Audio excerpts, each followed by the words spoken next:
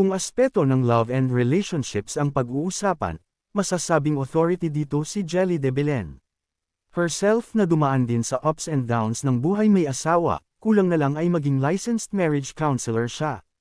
Aminadong malapit ang misis ni Ariel Rivera sa nag-break ng magkasintahang sina Catherine Bernardo at Daniel Padilla. Nakasama kasi ni Jelly ang mga ito sa Dalawang Good Dalawang Be True. Papel bilang ina ni Catherine ang role doon ni Jelly.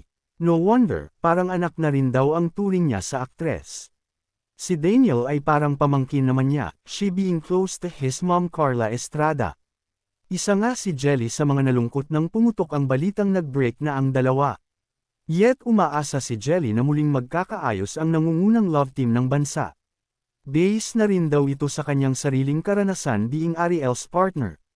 Ani Jelly, kami ni Ariel, ilang beses na rin ba kaming naghiwalay? Kaso, hindi siya nakatiis, bumabalik pa rin sa akin. Ha, ha, ha. She justifies Kathniel's impending reconciliation by saying, patuloy ang buhay. Anything is possible. Gayunpaman, may iniwan siyang payo para kina Catherine at Daniel. It's a general piece of advice on learning to love oneself. Ani Jelly, kung may kakulangan ka raw sa iyong sarili ay huwag kang umasang mahahanap mo ito sa ibang tao. In short, buuin mo raw muna ang iyong sarili to deserve love from other people. In the same way na kung ukol ay bubukol.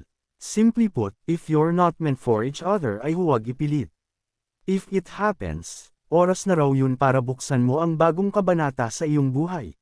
Samantala, nagbago na ang desisyon nila ni Ariel na ipursish ang pagmamigrate nila sa Canada. Their two sons are based there kung saan paglibre ang mag-asawa rito'y pinapasyalan nila ang kanilang mga anak. For sure, ikatutuwa ng mga diehard Kathniel fans ang tinura ni Jelly that there lies hope na pwedeng magkabalikan ang kanilang mga idolo. Hindi ba't parang, too good to be true, rin ang peg nito? Kaya lang, balitang may boyfriend na raw si Catherine na isang politiko.